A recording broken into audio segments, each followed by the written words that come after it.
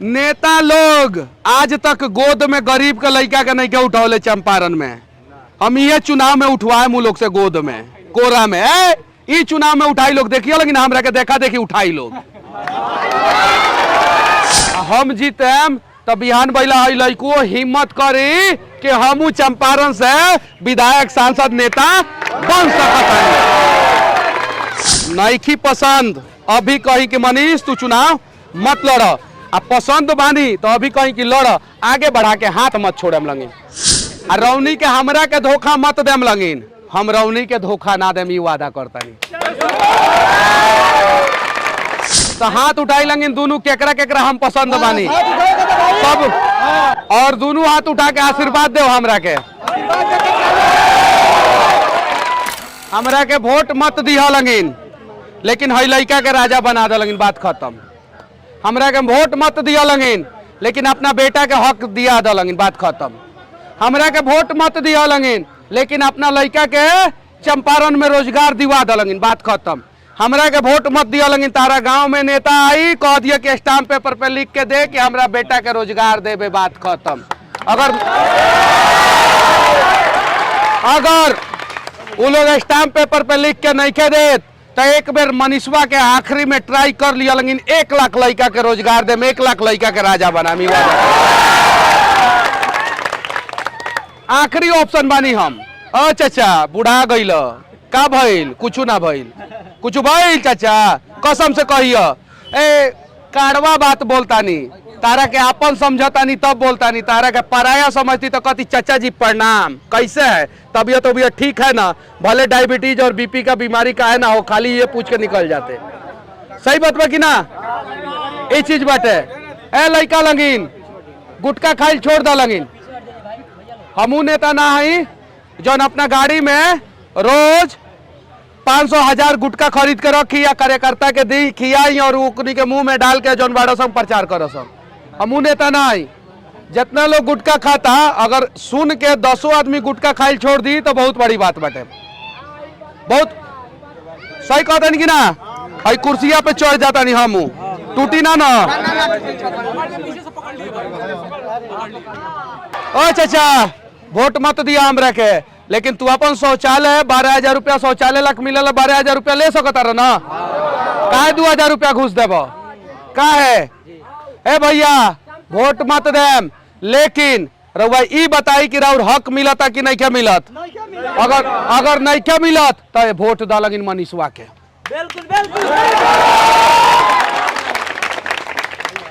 अगर मिलता तो मत दा लगिन, मिलता अगर तहनी के विकास हो गइल बा, खाता में कुछ पैसा आ गइल बा, आ घर में मतारी बाबूजी के इलाज बढ़िया से हो रहा बा, तो मनीष के मत चुना लगिन। अगर नइखे होत चाचा, अगर नइखे होत तो मनीषवे विकल्प बा आखिरी। एकरा बाद से फिर 100 साल तक चंपारण में कोनो लड़का खड़ियाए के प्रयास ना करी गरीब के। ये बात जान जा लगी। हम हारेम चाचा तो तू हारब, हम हारेम तो चाची रउओ हारेम, हम हारेम तो होते भैया जौन बाटे वो हरियन, हम हारेम तो सब लड़को हरियन सब। आ हम जीतेम तो बिहान बैला लड़को हिम्मत करी कि हमू चंपारण से विधायक सांसद नेता बन सकता। नेता लोग आज तक गोद में गरीब के लड़का के नहीं के उठौले चंपारण में। हम ये चुनाव में उठवाए मुँह लोग से गोद में कोरा में। ई चुनाव में उठाई लोग देखिए, लेकिन हमरा के देखा देखी उठाई लोग। अगर ना उठा ली लोग ना 25 मई आवत 25 मई के वोट बा ना उठा ली लोग तो हमारा नाम बदल दियो, एकदम करवा देम दौड़ाव। चुनाव से 2 महीना पहले से दौड़ाव शुरू कर देनी ना नेता लोग के। हमरा से ज्यादा बेचैन लोग बा आ करेला का। हम केकरा दरवाजा पे आवे नहीं, हमरा पतो नहीं के केकरा दरवाजा पे आइल बानी, केकरा लगे आइल बानी। आ उ लोग केकरा लगे आवेला, पार्टी के पंचायत अध्यक्ष लेके फोन करी लोग। कई लोग 20 गो कुर्सी के व्यवस्था करे 100 गो लोग के। अगर 100 गो लोग के जगह पे 25 गो पहुंचल तो पंचायत अध्यक्ष के कुर्सी सरकार के दोसर कोई के बना दी लोग। सही बात बा कि ना।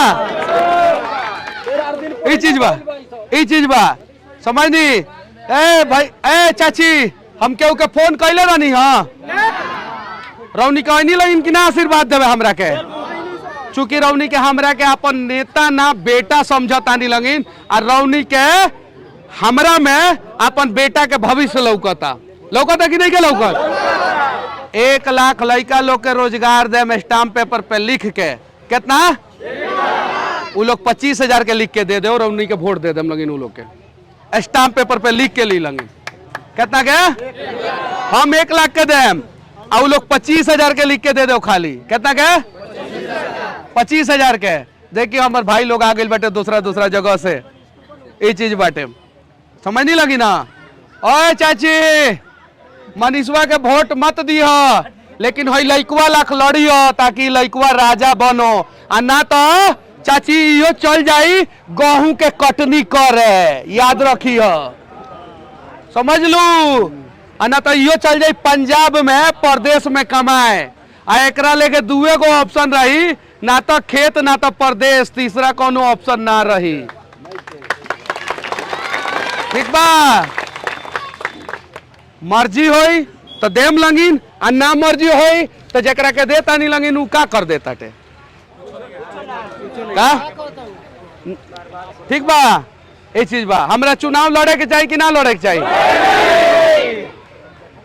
यहाँ मतलब कि हमरा के छोड़ के बुरा मत माने में लंगिन केहू बुरा ना मानी।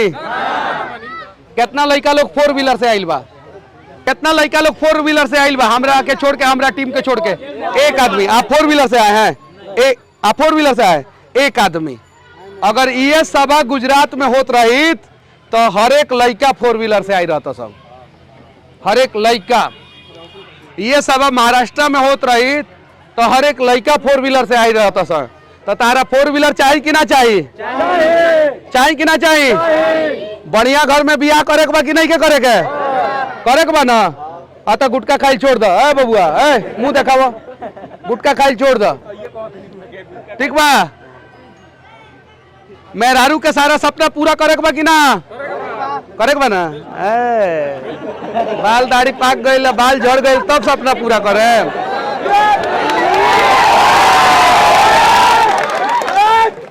पहले न करे के चाहिए पूरा। कई साल बियाह के हो गई 15 साल हो गए। अब बताई 15 साल से भाभी जी कष्ट में जियो तारी। कई साल के लड़का हो गई 12 साल के। अब ऐसा करी कि लड़कवा जोन बाटे इहाँ में स्कूल में पढ़ो इहाँ में रोजगार मिलो और राउरो लड़का राजा बनो भैया। करे के चाहिए कि ना प्रयास करे के चाहिए ना। हमरा के नेता लोग कहता कि ओकर लुके नेता नियर नहीं के लागत। हम आधा टाइम चप्पल पहन कर रहे नहीं ठीक बा आ जीन्स आप शर्ट मतलब सबसे पहले नेता बनेला का अपन दिल के बदल दी। पहले ही हम अपने आप के धोखा दी कि ससुरा तोरा मनीषवा कुर्ता पहने के बा आ तबे नेता कहबे। सही बात बा कि ना हम जैसन बानी वैसन के रहे ठीक बा। हमें पसंद कर चाचा वोट देव तो तोहर किस्मत बदलम तोहर लड़का के किस्मत बदलम ना देव दिल्ली चल जाम हम अपन बदलत रहे। हम अपन बदलनी कि ना बदलनी। एगो गांव से उठनी और आज 25,000 यूट्यूबर लोग के रोजगार दिल बनी। कितना के चाचा कितना के राउर सांसद महोदय 25,000 लड़का के रोजगार दिल बड़न। हम कुछ ना रहनी तो 25,000 लोग के कमुआवत तानी कम से कम कितना कम से कम 25,000 लोग के उससे ज्यादा हो सकता। हमरा वजह से हर गांव में 50 गो यूट्यूबर बनल सा। आई लोग जे रिकॉर्ड करता न बा हमार वीडियो बा चाची अगर ये लोग के चैनल मोनेटाइज रही ना तो ये लोग के अमेरिका से पैसा आई डॉलर में। कौन सी में आई डॉलर में। आ नेताजी के रिकॉर्ड करके डाल के देखा लगी तो कितना पैसा आवता। हमरा में तो पैसों आ जाई। सही बात बा कि ना। यानी हमार बोलिया से तो के पैसा मिलता यूट्यूबर। सही बात बा कि ना हमार सही बात बा। यानी हमरा बोली में दम बा। जब हमरा बोली में दम बा तो हमरो में दम होई कि ना होई। तो एक बार सदन में भेज के देखी लगिन भेजे के बा। और सुनी 1 मिनट ना रुक जाए लगिन यहाँ कुछ लोग हमरा के ना भी पसंद करत होई, कुछ लोग ना पसंद करत होई। तो जे नइखे पसंद करत ना उहो अपना कपड़ा में एगो गांठ बांध ले है नहीं कि ओकरो बेटवाला खमी लड़तानी, इहो ओकरो इलाज अस्पताल में बढ़िया तरह से हम ही करवाए और वो दाखिल खारिज लाख ब्लॉक में जाके कट्ठा पे 5,000 रुपया दे के आवत होई, वो बंद हम ही करवाए। सही बात बा कि ना? सही बात बा ना? तो बाकी हमार क्षेत्र बड़का बा, अनेकों जगह पे जाए के बा, माफ करी लगिन, अब आगे बढ़े हम। ठीक बाटे, पहला चीज। दूसर का चीज, नइखी पसंद अभी कहीं कि मनीष तू चुनाव मत लड़, अब पसंद बानी तो अभी कहीं कि लड़, आगे बढ़ा के हाथ मत छोड़े हम लगे ना। तो ऐसा ना कि रे बबुओ चल आगे बढ़, आ जब देखो तो आप पीछे घूम के तो लोगे नहीं खे, ई ना होके के चाहिए। आ रौनी के हमरा के धोखा मत देम लगिन, हम रौनी के धोखा ना देम, ई वादा करता नहीं, ई वादा करता नहीं। एक बेर कहे से हम पसंद पड़ते तो हाथ उठाई लेंगे तो सब कोई देखी आई चाचा जी सिखैनी हमरा के कि अगर हम पसंद पड़ता नहीं तो हाथ उठाई लगे, तो हाथ उठाई लगे दोनों केकरा केकरा हम पसंद बानी सब। हाउ देखिए चचवा नहीं क्या उठावत हो दे पीछे, हो दे आवाजो ना जात होई। ठीक बाटे, जेकरा जेकरा पसंद बानी हाथ उठाओ, ठीक बा? और दोनों हाथ उठा के आशीर्वाद दो हमरा के। हाँ देख के लोग वोटर लिस्ट में नामे नहीं है। हाँ पर कुछ ना बोले, वीडियो बनाओ वोटर लिस्ट में छावारी के लोग देख के कहता लोग बोलू कि एंटी पार्टी के वाली लोग नामे नहीं है वोटर लिस्ट में, खाली एक मिनट यहाँ गिन ले लोग कि हऊ जितना हमार मतारी लोग आइल बा, बहिन लोग आइल बा, उ लोग के वोटर लिस्ट में नाम बाकी ना। यहाँ है ना जितना गार्जियन लोग बा वोटर लिस्ट में नाम बाकी ना, और यहाँ जितना लोग खड़ा बा उनमें से 90% लोग के वोटर लिस्ट में नाम बा। है ना बाबू, फेन चढ़ ऊपर आओ। हेकर वोटर लिस्ट में नाम नहीं के तो हेकर मतारी के तब बा, बाबूजी के तब बा, हेकर दादाजी के तब बा। जब एकरा के राजा बनावे के सपना हम देखाए, मैं एकरा के राजा बनाए तो एकर दादा दादी चाचा चाची पापा माँ सब लोग वोटवा दी कि ना दी ना। अगर नइखे देवे के तबो रमनी के गांव में अगर नेताजी लोग आवता गांव में पंचायत में तो एक गो काम करी लगिन का कि रउआ बताई 5 साल में ही गांव ला का करे। एक सवाल, सिर्फ एक सवाल। कई गो सवाल? एक सवाल चाची, सिर्फ एक सवाल। ठीक बाटे भैया, एक सवाल कि हमारा पंचायत लाख रहुआ का करें, तो कहियन हई हई हई करें तो कह देम के स्टाम्प पेपर पे लिख के दे दी। ठीक बा? बात कत हाँ पूछी। हाँ ना करें, एक मिनट। हाँ भैया ना करें, सुनी एक मिनट रुकी।